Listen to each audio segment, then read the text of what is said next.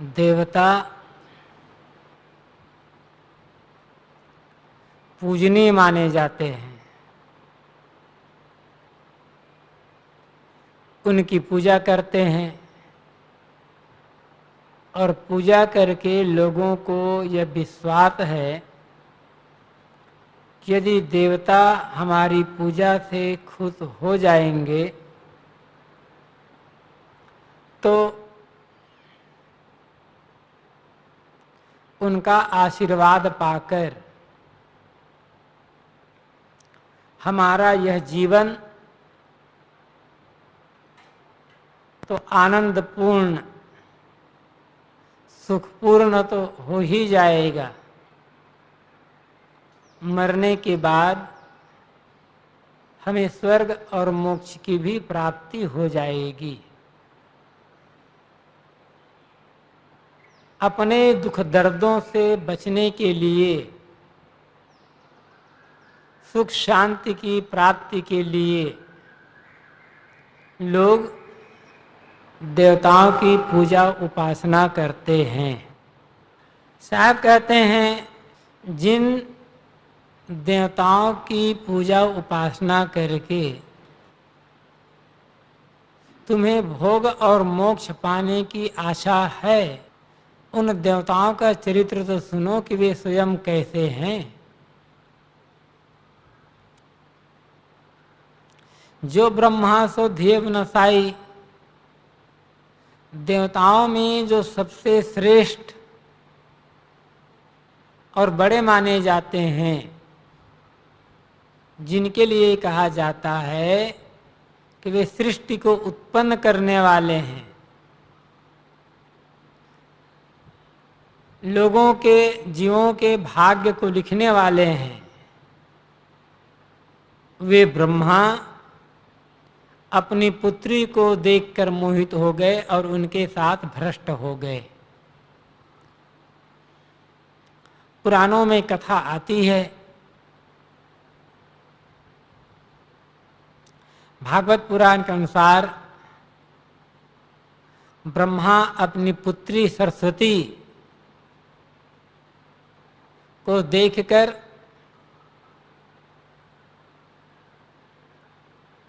कामांध हो गए और उन्होंने अपनी पुत्री को भी भ्रष्ट किया और स्वयं भी भ्रष्ट हो गए। शिव पुराण में, मत्स्य पुराण में कि ब्रह्मा के लिए ऐसे ही कहानियां लिखी गई हैं। एक जगह लिखा हुआ है कि जब शिव जी की शादी पार्वती से हो रही थी और ब्रह्मा बारात में गए थे, तो पार्वती के पैर के अंगूठे को देख करके ही वे कामातुर हो गए।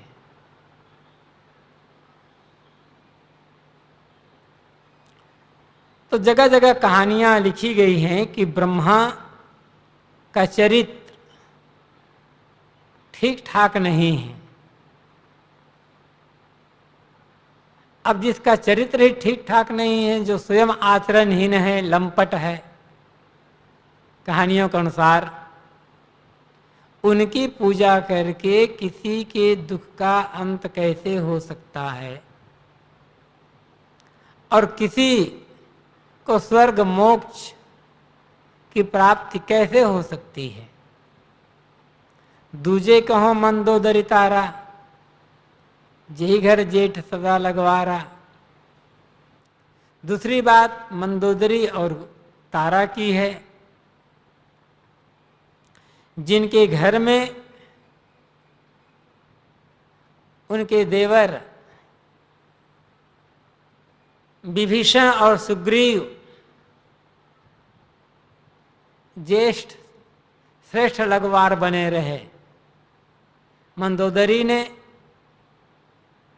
रावण की मृत्यु के बाद विभीषण से शादी कर ली और तारा जो वाली की मृत्यु के बाद अत्यंत विलाप कर रही थी। वाली के अंत्येष्टि संस्कार के पश्चात सुग्रीव से शादी कर उसकी पत्नी बन गई। दोनों पतिव्रता कहलाती थी, लेकिन अपने अपने पति के मरने के बाद दोनों अपने अपने देवर से शादी कर ली और इनका नाम पंचकन्याओं में लिया जाता है। और ये कहा जाता है कि इन पंचकन्याओं का नाम लेने से पाप ताप नष्ट हो जाते हैं। अहिल्या, द्रौपदी, तारा, कुंती, मंदोदरी तथा पंचकन्याम स्मरे नित्यम महापातक नाशिनी। अहिल्या, मंदोदरी, तारा, कुंती और द्रौपदी, ये पंच कन्याएं हैं। यदि इनका स्मरण रोज किया जाए तो आदमी के भयंकर से भयंकर पापों का भी नाश हो जाएगा।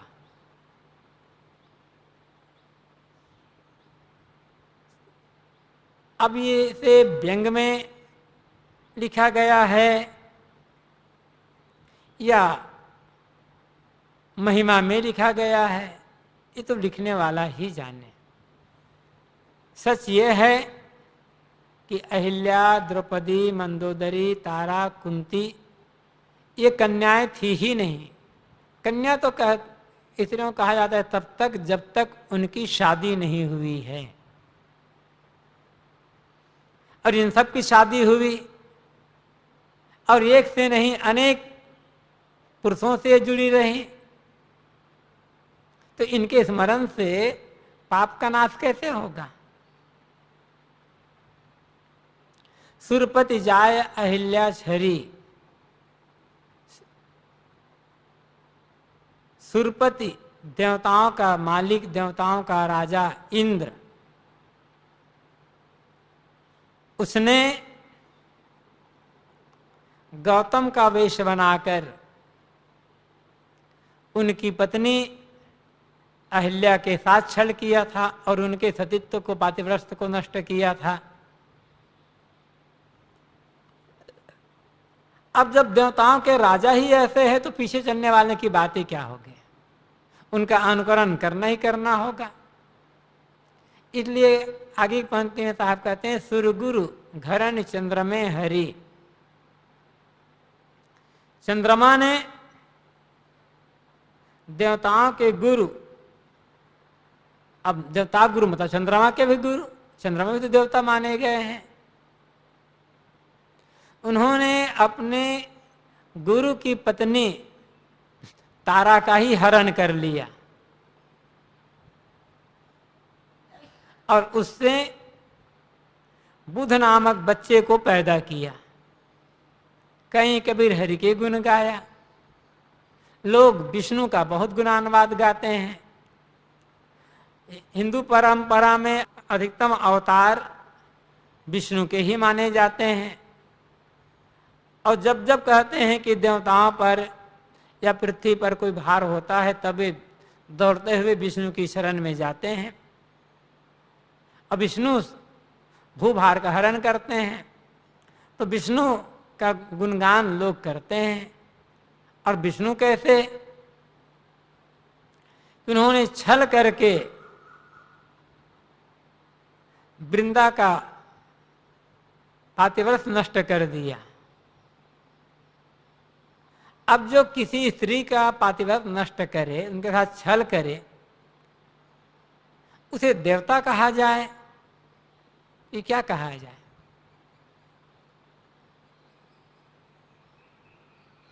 कुंती ही कर्ण कुंवारे ही जाया।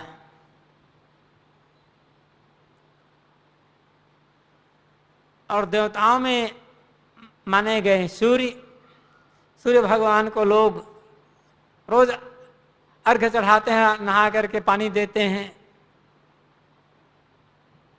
और सूर्य की स्थिति कैसी है, उन्होंने कुंती की कुंवारी अवस्था में ही उससे कर्ण को पैदा किया था। तो इन 4 पंक्तियों में साहब कुछ देवताओं के नाम गिनाते हैं और यह बताते हैं कि इनमें से किसी भी देवता का चरित्र ठीक ठाक नहीं है। कोई किसी स्त्री के साथ छल करता है, कोई किसी स्त्री के साथ छल करता है, कोई किसी प्रकार से छल करता है, कोई किसी प्रकार से छल करता है। और मार काट, हिंसा, हत्या, झूठ, धोखा देना, ये तो देवताओं का स्वभाव है। एक भी देवता ऐसा नहीं है जो सरल हो, साचा हो, निष्कपट हो। सारे के सारे देवता पुराणों के अनुसार छल कपट से परिपूर्ण, धोखा देने में बड़े प्रवीण और हिंसा हत्या करने वाले। तो जो हिंसा हत्या करने वाले हैं, छली बली हैं, उसके साथ साथ चरित्रहीन हैं, वे किसी के उद्धारक कैसे हो सकते हैं?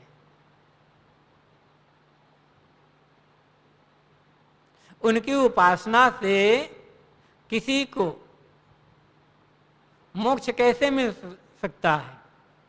जो देवता स्वयं वासना के अधीन बनकर नाच रहे हैं, उनकी उपासना करके कोई वासनाओं से मुक्त कैसे हो सकता है? इसलिए साहब कहते हैं माने गए देवता उपासनीय नहीं हैं। यदि उपासना करनी हो तो निर्मल विवेक वैराग्यवान संतों की उपासना करो। कि हम जिनकी उपासना करते हैं उनके गुण, उनके आचरण का प्रभाव हमारे जीवन पर पड़ता जाता है। अब मलिन चरित्र वाले की उपासना करेंगे तो जीवन में मलिनता ही तो आएगी। इसलिए देवता उपासनीय नहीं है। कुछ लोगों का कहना है कि ब्रह्मा का अपनी पुत्री के साथ भ्रष्ट होने की जो बात आती है वह एक रूपक है, यथार्थ घटना नहीं है। ऐसे ही इंद्र का अहिल्या के साथ छल करना यह भी रूपक है।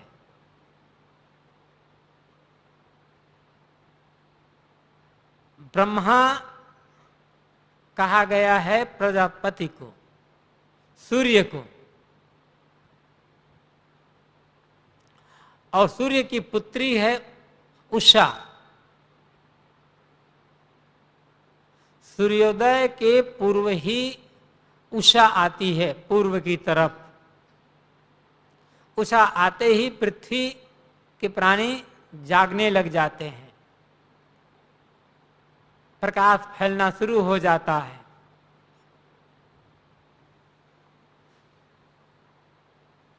तो उषा सूर्य से ही पैदा होती है, लेकिन सूर्य के आगमन पर, सूर्य के उदय होने पर उषा नष्ट हो जाती है, भ्रष्ट हो जाती है।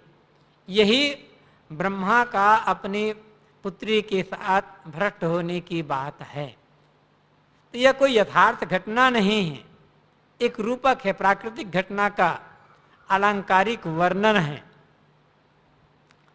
ऐसे ही इंद्र अहिल्या की बात, कि इंद्र ने अहिल्या को भ्रष्ट किया, तो कहा गया अ कहते हैं दिन को, और ल्या का अर्थ है लीन होना। दिन जिसमें लीन हो जाए वह है रात, और रात को भ्रष्ट करने वाला इंद्र है। इंद्र है सूर्य, सूर्य के उदित होने पर रात नष्ट हो जाती है। यही इंद्र का अहिल्या के साथ छल करना है। और अहिल्या का पति माना गया है गौतम। गौतम का अर्थ है तेज चलने वाला, और वह है चंद्रमा। चंद्रमा रात का अधिपति है। चांदनी रात, उजेली रात कितनी अच्छी लगती है। तो वह भी एक रूपक है, यथार्थ घटना नहीं है। कहीं ऐसा भी कहा गया है, अहल्या, अह कहते हैं नहीं को, और हल्या कहते हैं कि जिस जमीन में हल न चला हो।